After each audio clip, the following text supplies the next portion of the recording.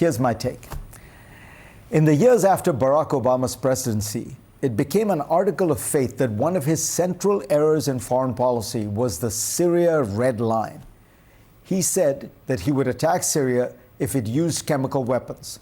But when evidence emerged that it had used those weapons, he pushed the question of intervention to Congress, which declined to act. A disaster, Donald Trump called it at the time.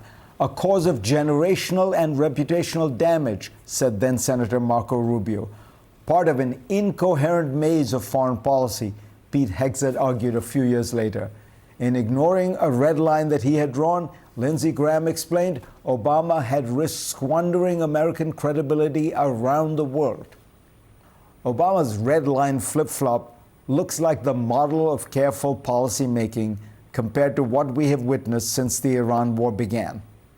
Last week, President Trump posted on social media that if Iran doesn't fully open without threat the Strait of Hormuz within 48 hours from this exact point in time, the United States of America will hit and obliterate their various power plants, starting with the biggest one first.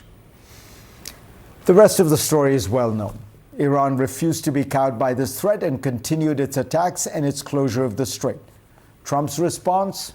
To quickly climb down and announce that he had postponed any action on energy infrastructure for 5 days, claiming that suddenly, overnight, Iran and the U.S. had been engaged in productive conversations toward a complete and total resolution of our hostilities in the Middle East, quote unquote. The Iranians denied any such talks were taking place. Now Trump says he's extending the pause by another week and a half. It is by now clear that Donald Trump is being graded on a curve. When he says he will raise tariffs to 130%, or that he will blow up Iran's biggest gas field, or that, quote, the war is very complete, pretty much, unquote, none of these statements mean much. They could be actual American policies or not, or they could stand as policy for a day or a week, after which they will change. After saying that the war was pretty much complete, that same day, Trump asserted, we haven't won enough and we will not relent until the enemy is totally and decisively defeated. He said that he agreed to negotiate with Iran's leaders, but then couldn't because they keep getting killed, though it is, of course, his own military and Israel's which is doing the killing. All clear? Trump supporters claim this incoherence is strategic genius, that he's keeping people off guard, except that the policy seems to change for a variety of reasons. Maybe the stock market falls, or maybe the target country lavishes praise on Trump and gives him a gold bar. Trump's superpower is that he is flexible enough to turn on a dime and has a base that will accept anything he proposes. Once unalterably opposed to Middle East wars, many of his MAGA supporters now believe in this Middle East war with the zeal of converts. And while Trump has made clear that he would like to end the hostilities, the problem this time, unlike with tariffs, is that he cannot unilaterally stop what he started. Iran gets a vote, and it is currently voting to keep fighting, calculating that though weakened, it has enough military power to do damage to the world economy, thereby inflicting pain on the U.S. For the world, there is no longer any such thing as American credibility, just a strange reality television show in which the main actor swerves, bobs, and weaves his way through crises, hoping that what he says today will solve the crisis caused by what he said yesterday. The day before he threatened to obliterate Iran's power plants, Trump claimed that the U.S. was considering winding down its military operations against Iran and implied that protecting the Strait of Hormuz was not his problem and could be dealt with by other nations whose imports passed through the strait. At another point, he said he didn't need any other country's help. Businessmen used to rail against previous administrations because of policy uncertainty, quote unquote. Now they line up to praise Trump as his carnival of chaos roils markets almost every week. Donald Trump has gotten used to playing with the United States' massive power, punishing those who don't bend the knee and rewarding those who do. In doing this, he's squandering credibility built up over decades to extract short-term goodies, sometimes to the benefit of his own family's business interests. But in Iran, he seems to have come up against an adversary that won't play by his rules. The Trump administration sent Iran a 15-point peace plan to end the war this week, but Tehran did not accept it. At the center of the proposed deal is Iran's nuclear program. The Trump administration is pushing for Iran to dismantle its main nuclear sites, halt its uranium enrichment, and hand over its current uranium stockpile, among other commitments. A key player in any potential deal will be the UN's nuclear watchdog, the International Atomic Energy Agency. Rafael Grossi, the Director General of that organization, has been involved in the mediation efforts.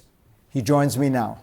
Let me ask you, Director General, about the nuclear issue. So on the nuclear part of the demands and counter demands, what is the nub of the disagreement? The Iranians say that they have the right to enrichment. The Americans say they don't want them to have any enrichment. Is there a compromise there? Because that seems to me the heart of the matter. Of course, there can be many forms of compromise. And this is, of course, something that the negotiating parties have to come to. And it wouldn't be new.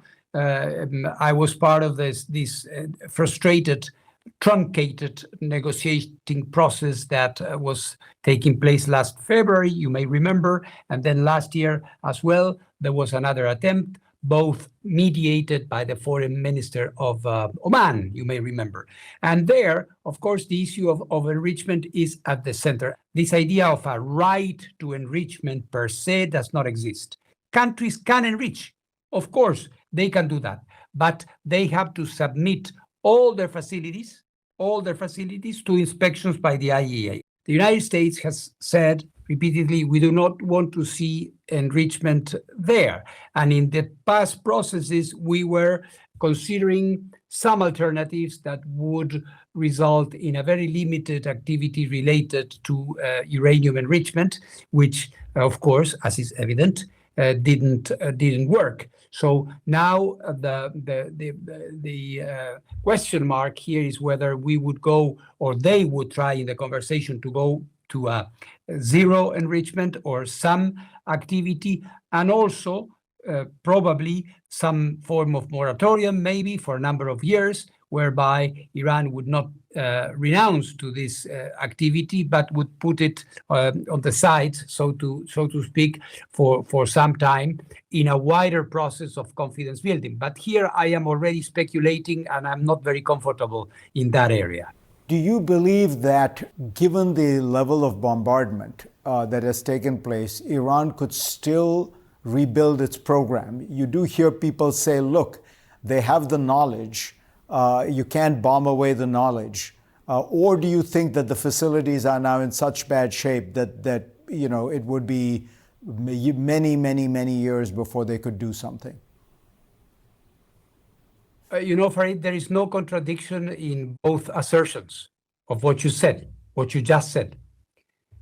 So there was enormous damage, in particular during the 12-day war last year at Isfahan, Natanz, and Fordo.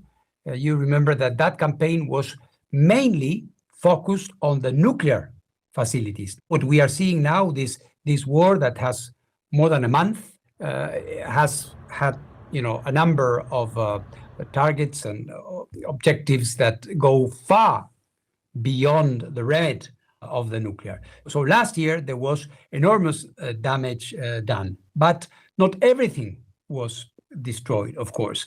And we are not here doing a military assessment of what survived and what not, but it is obvious that not everything was destroyed.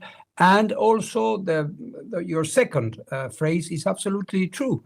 One cannot unlearn what one has learned and has been doing. Don't forget that this activity of uranium enrichment which is rather complex, is not something that is impossible to do. Is metallurgy, quite sophisticated metallurgy. The